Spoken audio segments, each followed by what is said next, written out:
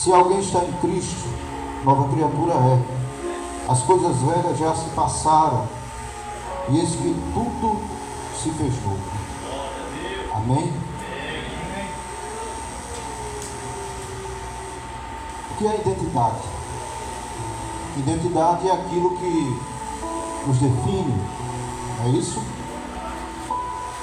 E a palavra de Deus diz lá em Gênesis, capítulo 1, versículo 27, que todos nós que estamos aqui fomos criados à imagem e à semelhança de Deus. É necessário a gente entender isso, porque quando a Bíblia está falando, ela não está falando de aparência física, não está dizendo que nós parecemos com Deus fisicamente, mas a Bíblia está falando de caráter, a Bíblia está falando de identidade,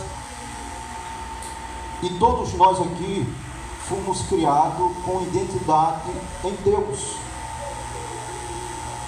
mas que essa identidade foi perdida. Todos nós aqui somos descendentes de Adão, e todos nós caímos quando Adão caiu no pecado. Então, em Adão, todos nós perdemos a identidade que nós tínhamos em Deus. E quando se perde a primeira via do documento, o que a gente faz? Quando se perde a primeira via do documento, a identidade, o que a gente faz? Tira a segunda via, não é assim? Quando alguém perde a primeira via do documento que identifica que é a identidade, lá na identidade está o nome do seu pai, da sua mãe, né? A identidade, ela identifica e define. Então, quando alguém perde a primeira via do documento, se tira outra. Espiritualmente, nós perdemos a nossa identidade em Cristo quando o nosso ancestral Adão caiu no pecado. Todos nós caímos com ele.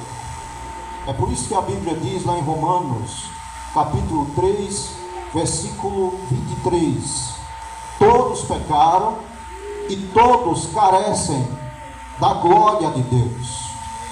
Todos nós aqui perdemos em Adão a nossa identidade.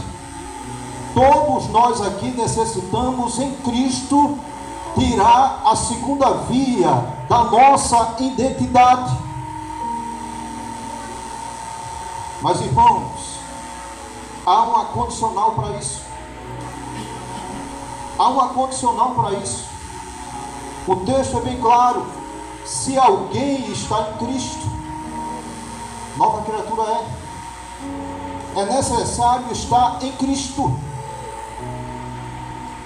para termos a nossa identidade de volta. É necessário estar em Cristo para termos de volta a segunda via da nossa identidade. E outra coisa que a gente precisa entender é que opera em nós agora duas leis: a lei do Espírito de vida, que está em Cristo Jesus, e a lei do pecado e da morte. Nós estamos aqui hoje diante de um público jovem, e essa geração, ela sofre. Essa geração, ela é oprimida, talvez porque ainda não tenha compreendido verdadeiramente a palavra de Deus. Muitos têm um conceito que ser crente é ser santo, e é verdade em parte, mas muitos têm um conceito que, uma vez crente, não se pode mais errar, não se erra, não se tropeça, não se cai. Bom que seria se fosse assim. E eu não quero aqui nesta noite, irmãos, fazer apologia ao pecado de maneira nenhuma. Pelo contrário, dizer para vocês que a Bíblia não deixa margem para pecar. Mas eu estou aqui nesta noite para dizer para cada um de vocês que Deus compreende cada um de nós. Ele sabe das nossas lutas internas. Ele sabe dos conflitos que nós enfrentamos. E essa geração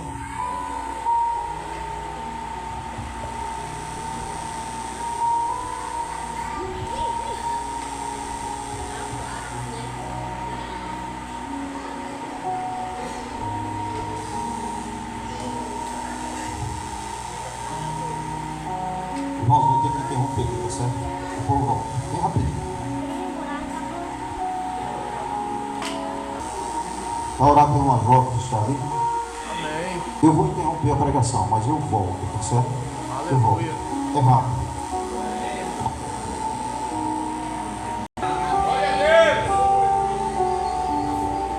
O inimigo ele vai lutar sempre, irmãos.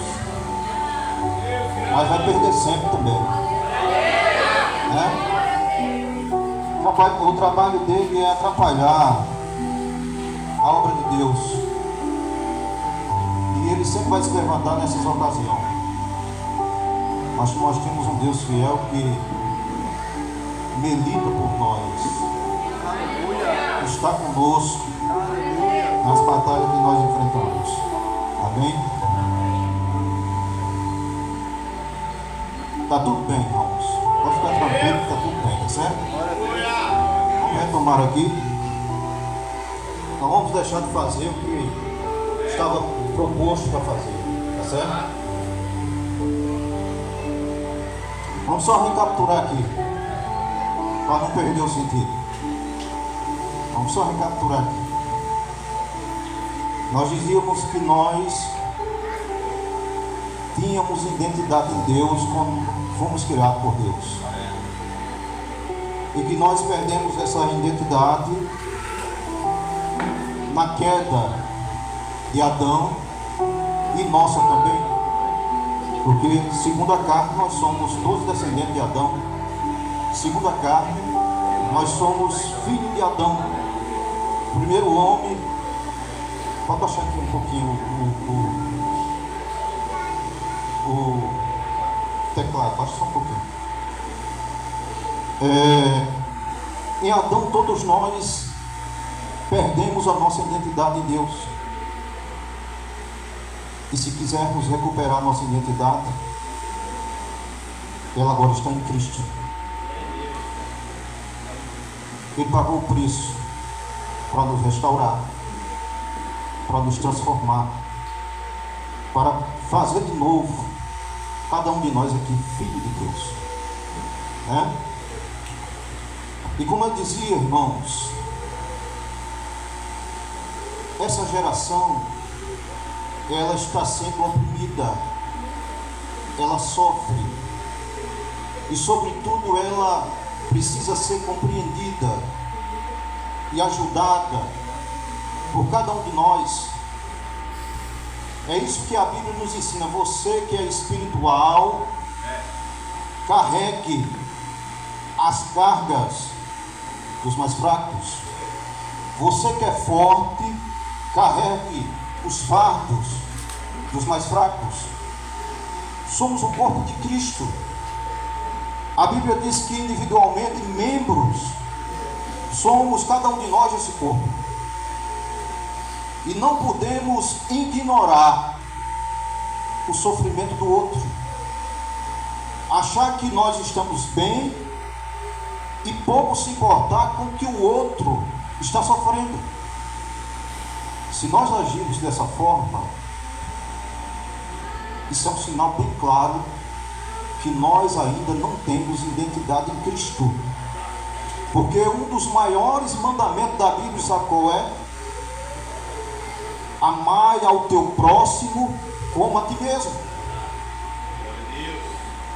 Esse foi o maior mandamento que o Senhor deixou. Ame ao seu próximo como a você mesmo. Se importe com ele.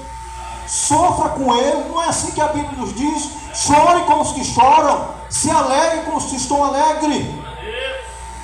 Repito, não estou aqui para fazer apologia nenhuma ao pecado. Repito mais uma vez, pelo contrário, a Bíblia, a palavra de Deus que é santa, de maneira nenhuma ela abre margem para a gente pecar. Agora, o que nós precisamos compreender, irmãos, que somos espirituais, mas também somos seres humanos, sujeitos às aflições da carne, sujeito ao pecado. E se nós compreendermos isso, vamos lidar melhor com isso. Sabe o problema dessa geração? É que nós pregamos que ela deve ser santa, e ela deve ser santa, mas deixamos de pregar que nós ainda somos pecadores. Pecadores remidos pelo sangue de Jesus, pecadores perdoados pelo sangue de Jesus, mas ainda somos pecadores, ainda estamos sujeitos a errar, a tropeçar, a cair. Um dos problemas desta geração é que talvez nós, como líderes, estamos falhando em ensinar verdadeiramente a palavra de Deus. O tema é identidade em Cristo. Eu acrescentei uma pergunta: quem sou eu? Porque essa pergunta, Natan, ela palha na mente dos jovens. Eu sou crente, por que eu ainda peco? Eu sou crente, por que tanto sentimento maligno, que eu sei que não é de Deus, vem à minha mente? Está aí os conflitos. E está aí a razão de muitos jovens não permanecer na igreja hoje. Porque o primeiro sentimento que vem no coração deles é o seguinte: eu não sou digno de estar aqui. Eu ainda sou pecador. Eu ainda peco. Eu ainda erro. E isso causa um conflito interno, irmãos, que você não tem noção o que é isso. E não é só essa geração que sentiu isso. Você acredita que Paulo foi crente? Você acredita que o apóstolo Paulo foi crente? Um dos maiores missionários da história da igreja. Você acredita que ele era crente? Ele sentia tudo que eu e vocês sentimos. Tudo. Paulo sentia tudo que eu e você sentimos. Abra aí a sua Bíblia em Romanos.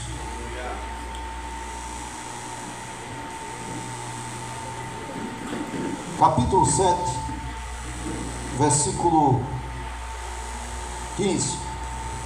A seguir. Romanos capítulo 7, versículo 15 a seguir. Se você é crente, meu irmão, e não comete mais nenhum erro, graças a Deus por isso. Louvado seja Deus por isso. Porque eu quero dizer que, apesar de pastor, há 16 anos, eu ainda peco e cometo muitos erros. Não só eu, mas Paulo também, grande missionário da Bíblia. Paulo quer dizer aqui, Romanos 7, a partir do versículo 15: pois o que faço não entendo, porque o que quero, isso não pratico, mas o que aborreço, isso pratico.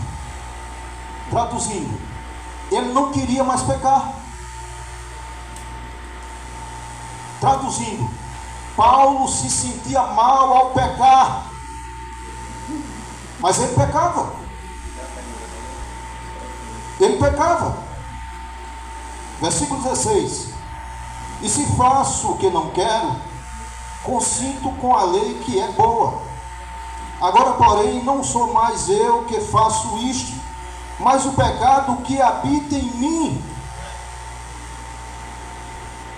Habita em nós duas leis: a lei do Espírito de vida que está em Cristo Jesus e a lei do pecado e da morte. Nós ainda estamos sujeitos ao pecado. Versículo 17. Versículo 18. Porque eu sei que em mim, isto é, na minha carne, não habita bem algum. O efeito querer o bem está em mim, mas o efetuá-lo não está. Paulo tinha desejo de servir a Deus dignamente, sem pecar, sem errar. Isso estava na mente dele, no coração dele, mas nem sempre ele conseguia. Nem sempre ele conseguia. Vez ou outra ele errava, vez ou outra ele tropeçava, vez ou outra ele caía.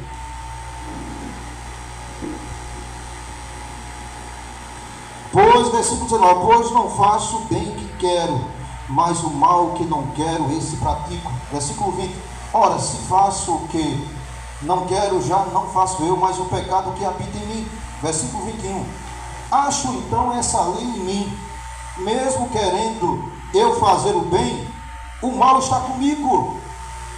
Ele está falando da lei do pecado, que mesmo ele querendo fazer o bem, o mal persistia no seu corpo, nos seus membros carnais. Versículo 22, porque segundo o homem interior tenho prazer na lei de Deus. O que é o homem interior, Natan? O homem espiritual, o homem renovado mentalmente por Cristo. Porque a nossa transformação, uma vez que confessamos Cristo como nosso Senhor e Salvador, irmãos, ela não é física, ela não é fisionomia, ela não é na nossa fisionomia, nem no nosso corpo físico, ela é mental e espiritual. Paulo diz, olha, eu, segundo o homem interior, segundo o homem espiritual que sou, eu tenho prazer na lei de Cristo. Ele servia a Deus com prazer, mas ao mesmo tempo ele encontrava nele, ele sentia nele outra lei que militava contra a vontade dele de servir a Deus com dignidade, a lei do pecado que ainda está em nós.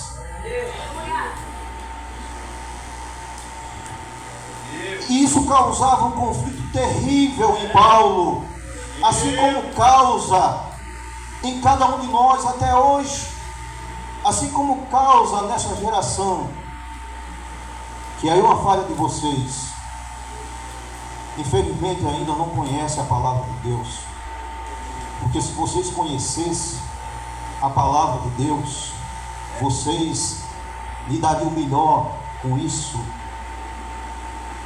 É uma falha de vocês. Vocês têm uma Bíblia na mão. Vocês têm um pastor que toda quinta-feira está na igreja disposto a ensinar vocês, mas nem todos vocês vão. Por isso, sofre com esses conflitos. Por isso eu acredito que perguntam, de fato eu sou crente? De fato eu já tenho identidade em Cristo? Porque se eu sou crente e tenho de fato, e já tenho identidade em Cristo, como é que eu ainda peco? Né? Então o apóstolo Paulo disse o seguinte: segundo o homem interior tenho prazer na lei de Deus, mas vejo nos meus membros outra lei, guerreando contra a lei do meu entendimento, me levando cativo à lei do pecado que está nos meus membros. O pecado está nos nossos membros. Os nossos membros, casados. Aí no versículo 24, Paulo faz uma lamentação que eu e você devemos fazer.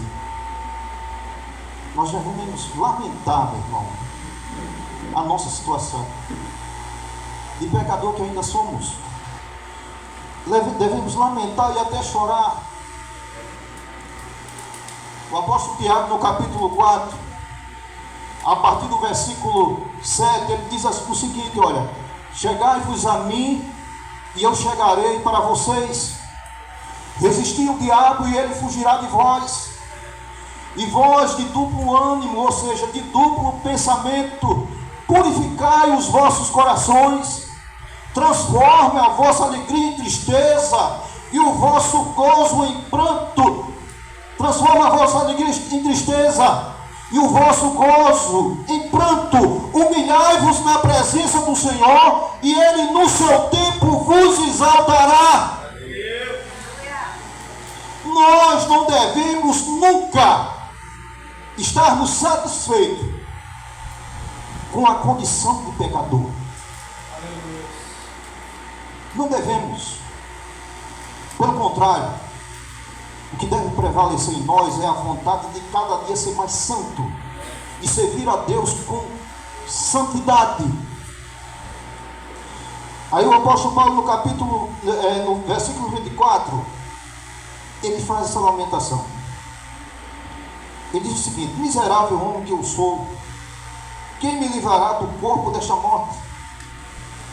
Graças a Deus, por Jesus Cristo nosso Senhor, de modo que eu mesmo, com entendimento, sirvo a lei de Deus, mas com a carne a lei do pecado. Você sabe quando é que a gente vai se livrar dessa situação de pecador? Quando Jesus vem nos buscar. Antes disso, não. Antes disso, eu e você temos a obrigação de lutarmos contra nós mesmos. Não é contra outra pessoa, não. É contra nós mesmos. Todos os dias. Porque o pecado, ele nos visita todos os dias. O pecado, ele bate a nossa porta todos os dias. Se nós amamos a Deus, nós entendemos que nós temos que renunciar ao pecado e lutar contra ele todos os dias. Mas com a consciência, irmãos, que estamos sujeitos a errar. Com a consciência que estamos sujeitos a cair. O que é que a Bíblia nos diz? Se alguém está em pé, vigie para que não caia. Alguém que está em pé está sujeito a cair? Ou não está? Você sabe qual é o erro da igreja? Que é o corpo de Cristo. É que a gente deixa de dar as mãos uns aos outros, para ajudar uns aos outros, para apontar o dedo para o outro. Você sabe o que Jesus disse a respeito disso? Você que gosta de apontar um argueirozinho que está no olho do teu irmão, antes de você fazer isso, tire a trava que está no teu. Antes de você julgar o teu próximo, muitas vezes ajudar a matá-lo, tire a trava que está no teu olho. Você sabe por que Satanás vence muitos de nós?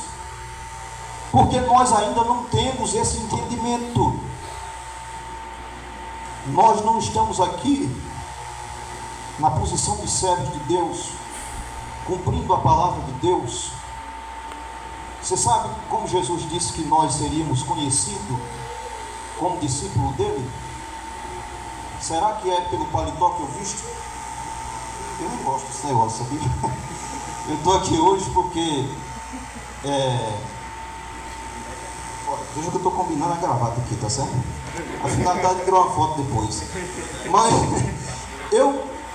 tanto faz para mim paletó como não fazer. Você acha que Jesus está preocupado com o paletó que eu uso? Não. Você acha que eu vou ser conhecido como discípulo de Cristo pelo paletó que eu uso? Não. Você quer ver como é que você é conhecido como discípulo de Cristo? Abra aí o Evangelho de João.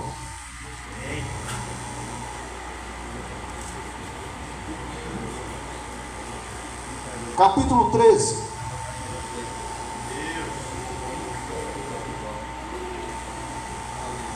Versículo 35. Nisto conhecerão todos que sois meus discípulos, se tiverdes amor uns pelos outros. Você vai ser conhecido como discípulo de Cristo quando você parar com hipocrisia e achar que você é melhor do que os outros e passar a amar o seu irmão, mesmo sendo como ele é, mesmo ele tendo falha e defeito como eles têm. Aí você passará a ser conhecido discípulo de Cristo pelo amor que você tem ao seu próximo, porque Jesus falou isso: vocês serão conhecidos como os meus discípulos quando vocês amarem uns aos outros. E o bom dessa história é que ele não fala isso à toa. O bom dessa história é que ele deu exemplo para falar disso. Lá em João, primeira carta de João, capítulo 4, versículo 19, diz o seguinte: que Deus nos amou primeiro, que Cristo nos amou primeiro. Você sabe como era esse primeiro? Você tem noção de como era esse primeiro? Quando você não sabia nem quem era Jesus, quando você vivia na pior prática do pecado, no lamaçal do pecado, Cristo te amou nesta condição de pecador. Ele te amou primeiro, e sendo Ele o santo, nos amou primeiro. Aí hoje, nós queremos ter autoridade para julgar o próximo, para se achar melhor do que ele, para impor sobre os ombros dele o fardo que ele não vai poder carregar, o fardo que vai sufocá-lo a ponto dele cair e de morrer. Mas esse fardo não é o fardo de Jesus. Jesus disse o seguinte para uma multidão certa vez: vinde a mim todos vós que estáis cansados, sobrecarregados e oprimidos, e eu vos aliviarei. Tomai sobre si o meu jugo e aprendei de mim, que sou manso e humilde de coração, e encontrarei descanso para vossas almas, porque o meu fardo é leve e o meu jugo é suave.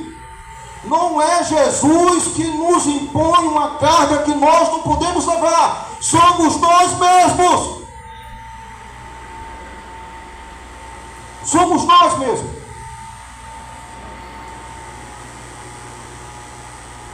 E se quisermos ter uma identidade de Cristo,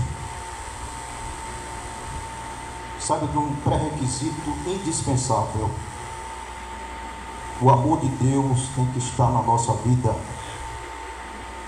O amor de Deus tem que estar na nossa vida. Esse é um pré-requisito indispensável. Não adianta você ser legalista, não adianta você viver regra imposta por pastor ou por homens. Você tem que viver na prática do amor de Deus, perdoando, amando e perdoando, até mesmo aqueles que lhe ofendem. Quer ter identidade em Cristo? Comece a ter essas práticas na sua vida. A prática do amor de Deus. Esse foi o maior mandamento que Ele nos deixou: amai-vos uns aos outros como eu vos amei. E Ele nos amou pecador. Ele nos amou sendo cada um de nós pecadores como somos. Viu, irmãos? Agora tem uma diferença que vocês precisam compreender aqui nesta noite, porque parece que eu estou aqui dando mais para pecar. Eu não sou louco, tá certo? Eu não vou contra a Bíblia, eu não vou contra a palavra de Deus. Abra aí 1 João capítulo 3.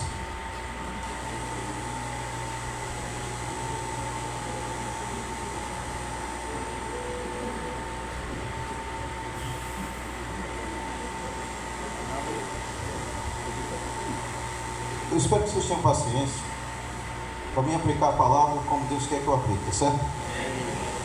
1 João capítulo 3, versículo 1. Nós vamos ver alguns textos. Vinde que grande amor nos tem concedido o Pai, que fôssemos chamados filhos de Deus, e nós o somos. E por isso o mundo não nos conhece, porque não conheceu a Ele. Amados, agora somos filhos de Deus, e ainda não é manifesto o que havemos de ser, mas sabemos que, quando Ele se manifestar, seremos semelhante a Ele, porque assim como é, o veremos. A nossa condição de pecador só vai melhorar quando Ele se manifestar. Enquanto Ele não se manifestar, eu e você temos um dever aqui.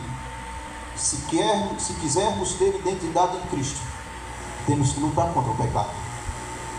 Temos que resistir ao pecado todos os dias da nossa vida.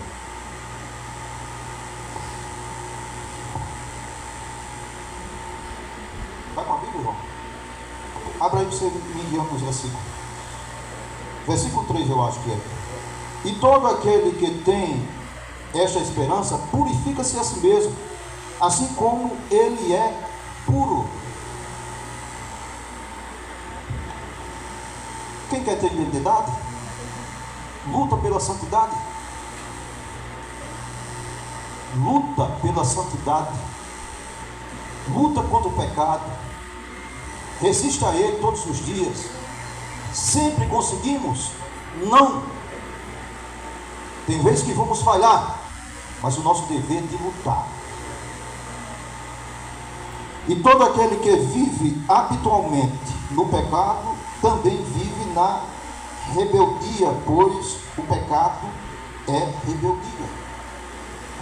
Irmãos, há uma grande diferença de eu ser um pecador arrependido, que agora tem um prazer na lei de Deus, tem um prazer de servir a Deus, buscando santidade, do que ter uma vida habitualmente no pecado. Aqui há uma grande diferença. Eu não deixei de ser pecador, mas eu deixei de ter uma vida habitualmente no pecado. E se nós queremos ter identidade em Cristo, temos que compreender isso. Uma coisa é eu, de vez em quando, errar porque o pecado ainda atua em mim. Outra coisa é eu fazer escolha pelo pecado.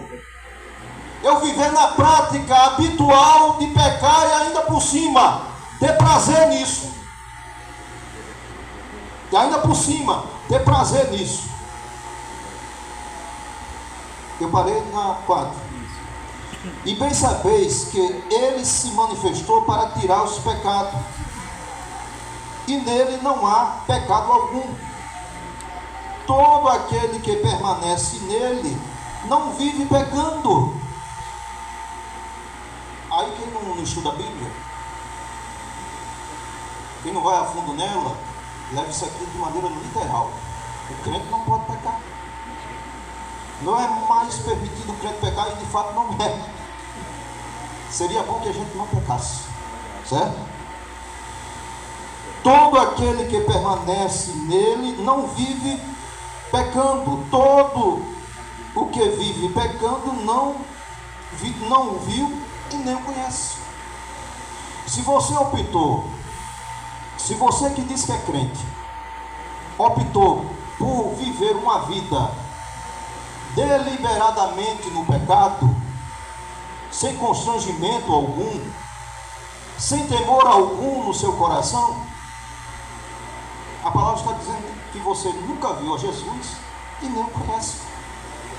Porque os crentes de verdade, aqueles que já têm identidade em Cristo, esses entendem que precisa renunciar ao pecado e que já não tem mais uma vida habitualmente no pecado. Já não tem mais. Ele faz como Davi. Antes o seu prazer está na lei do Senhor, e na lei do Senhor medita de dia e de noite. Salvos primeiro. O crente que já tem identidade em Cristo, apesar de nas suas fraquezas ele pecar, ele já não tem mais prazer no pecado, ele tem prazer em Deus. É isso que nós precisamos compreender. E é isso, irmãos, jovens, juventude que estão aqui nesta noite. Vocês que já compreenderam isso, identidade é aquilo que nos define. Quem é você fora daqui? O que você faz fora daqui? Quem é você na universidade que você cursa? Quem é você? Tem gente que diz assim: Deus me livre do meu... Os crentes, né?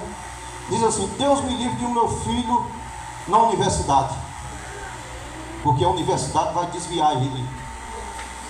Se desviar é porque nunca teve identidade em Cristo. Se ele tiver identidade em Cristo, ele vai brilhar lá no meio dos incrédulos. Se ele tiver identidade em Cristo, ele vai dar testemunho lá no meio dos incrédulos. Quem tem identidade tem convicção. Quem tem identidade tem convicção. 7. Filhinhos, ninguém vos engane. Quem pratica a justiça é justo, assim como ele é justo. Quem comete pecado é do diabo, porque o diabo peca desde o princípio. Para isso se manifestou o Filho de Deus. Para isso o Filho de Deus se manifestou, para destruir as obras do diabo. Aquele que é nascido de Deus não peca habitualmente. Está vendo? Aquele que é nascido de Deus não peca habitualmente. Aquele que tem já identidade em Cristo não peca habitualmente. Não tem prazer mais em ter uma vida de pecado. Pelo contrário, ele tem prazer de servir a Deus com dignidade, com justiça, com retidão, com amor pelo próximo, perdoando o próximo, porque ele sabe, ele entende que essa é a vontade de Deus para a sua vida.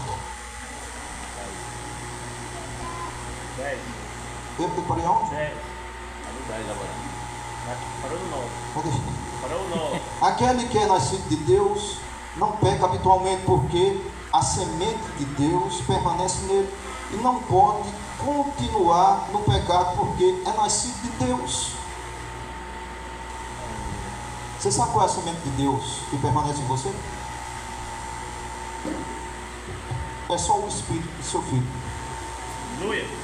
Glória a É Deus. só o Espírito Santo de seu Filho que Ele nos deu como garantia, como penhor, que nós agora não pertencemos mais a esse mundo de pecados, mas que pertencemos a Ele. Glória a Deus.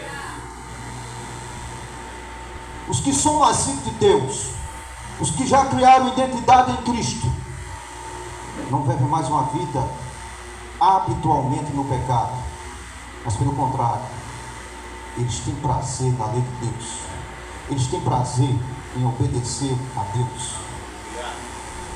10. O 10 é forte, viu? O 10 é forte. Nisso são manifestos os filhos de Deus e os filhos do diabo.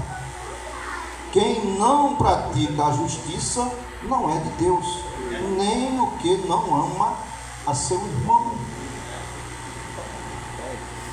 Você sabia que tem os filhos de Deus e os filhos do diabo? Sabia? Tem. Os filhos de Deus e os filhos do diabo. Quem não vive na prática da justiça, na prática da palavra de Deus, praticando tudo aquilo que o Senhor nos ensina por meio da palavra dele, esses não podem ser considerados filhos de Deus. Os filhos de Deus buscam, se esforçam, lutam para viver na prática da palavra de Deus.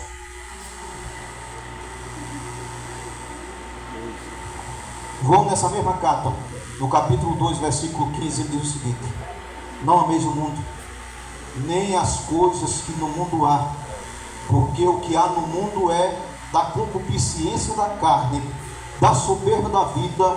João adverte dizendo: olha, isso não procede do Pai, mas do mundo. E ele diz: olha, o mundo passa juntamente com as suas concupiscências, mas aqueles que permanecem no Senhor permanecem para sempre. Gálatas capítulo 5, versículo 24: os que são de Cristo Jesus crucificam a sua carne juntamente com as suas paixões e concupiscência.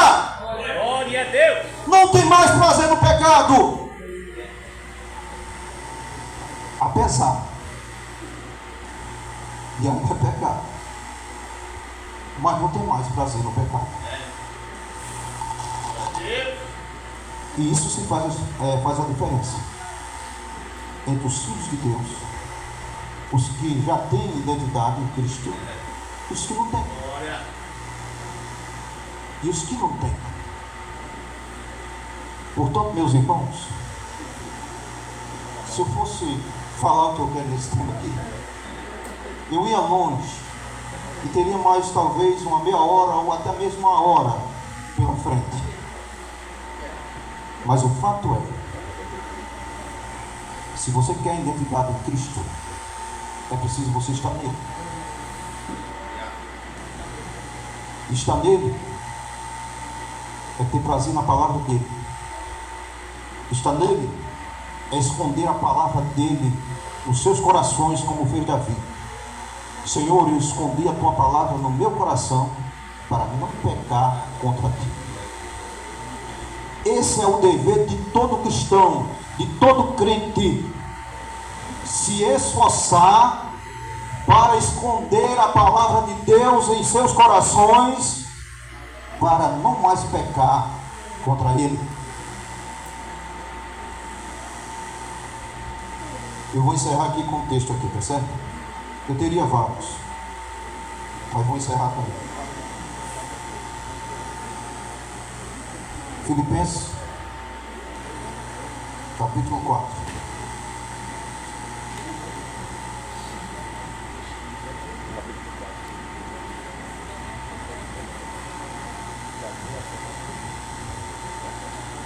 Para vocês, jovens, para vocês que fazem essa geração, tome posse dessa palavra aqui, tá certo? Coloque em prática na vida de vocês, e eu garanto que a vida de vocês será mudada e transformada. Aleluia. Filipenses capítulo 4, versículo 6. Não andeis ansiosos por coisa alguma, antes, em tudo seja os vossos pedidos conhecidos diante de Deus, pela oração e súplica, com ação de graças. E a paz de Deus, que excede todo entendimento, guardará os vossos corações e os vossos pensamentos em Cristo Jesus. Versículo 8. Quanto ao mais, irmãos, tudo que é verdadeiro. Crente pode andar em mentira? Não, né?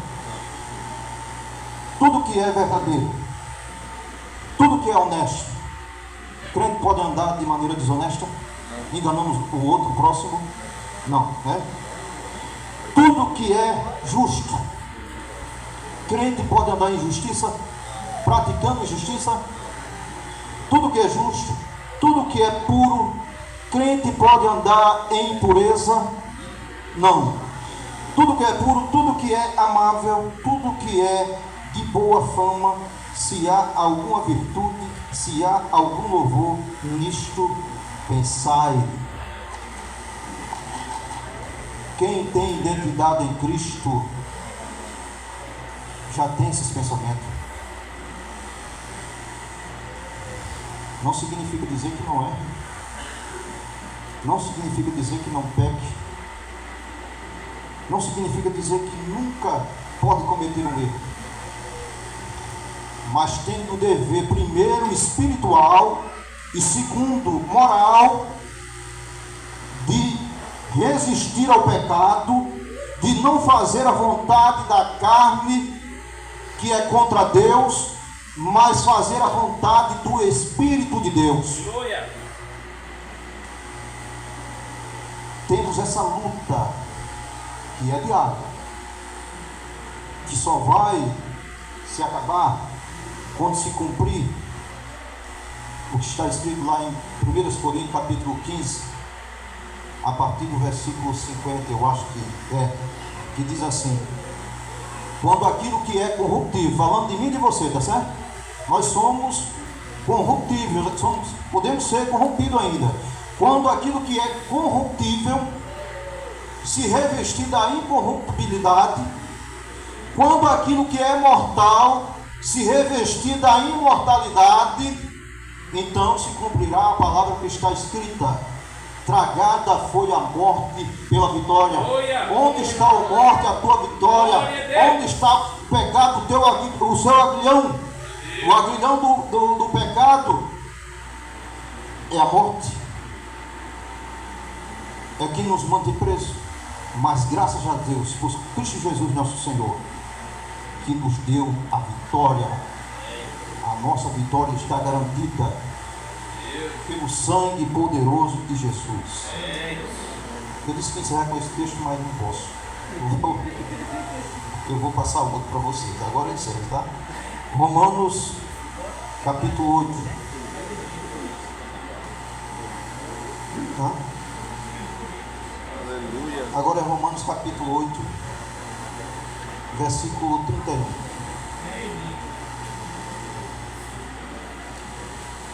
Romanos capítulo 8, versículo 31. Que diremos, pois, a estas coisas? Se Deus é por nós, quem será contra nós? Aquele que Ele mesmo, o seu próprio Filho, poupou, antes o entregou por todos nós, como não nos dará também com Ele todas as coisas? Será que Cristo morreu em vão? Quem tentará acusação contra os escolhidos de Deus? É Deus quem o justifica. Aleluia. O diabo pode até tentar me acusar, mas tem um que morreu por mim e me justifica. Glória a Deus. Aleluia.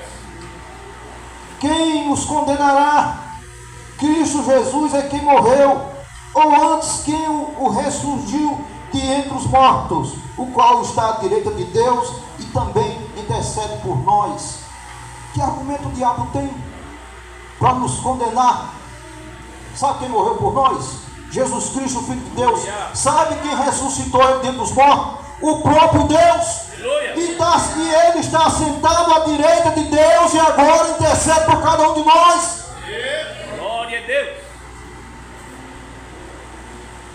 Quem nos separará do amor de Cristo? Será uma tribulaçãozinha? Ou uma angústiazinha? Ou uma perseguiçãozinha? Ou a fome? Ou a nudez? Ou o perigo? Ou a espada? Como está escrito: por amor de ti somos entregues à morte o dia todo, fomos considerados como ovelha para o matadouro. Paulo está lembrando aqui do texto de Isaías 53, que Jesus foi levado como um cordeiro mudo para o matadouro, para nos justificar. Mas em todas essas coisas somos mais do que vencedores por aquele que nos amou. Porque estou certo de que nem a morte, nem a vida, nem os anjos, nem os principados, nem as potestades, nem o presente, nem as futuras, nem as potestades, nem a altura, nem a profundidade, ou qualquer outra criatura nos poderá separar do amor de Deus que está em Cristo Jesus, nosso Senhor. Glória a Deus. A nossa vitória está garantida em Cristo, irmãos. E nada, absolutamente nada, pode nos tirar. Apesar de nós, nada pode nos tirar a nossa vitória em Cristo Jesus. Quer ter identidade em Cristo?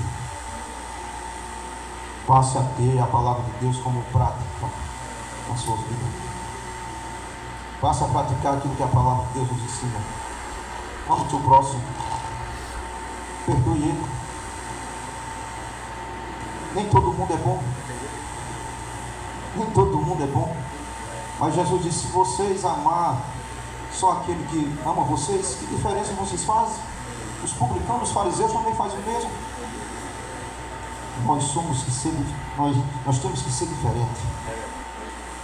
E a nossa diferença está em amar, em perdoar, em ter compaixão. Se tivermos essas práticas, se você tiver essas práticas, você já garantiu a segunda via da sua identidade. Amém? Vamos ficar de pé. Já sabe qual é, né, Edgar? Esse cantor aí já sabe qual é? Nós vamos cantar um hino que diz o seguinte: que a gente não tinha nada para oferecer a Deus senão os nossos pecados.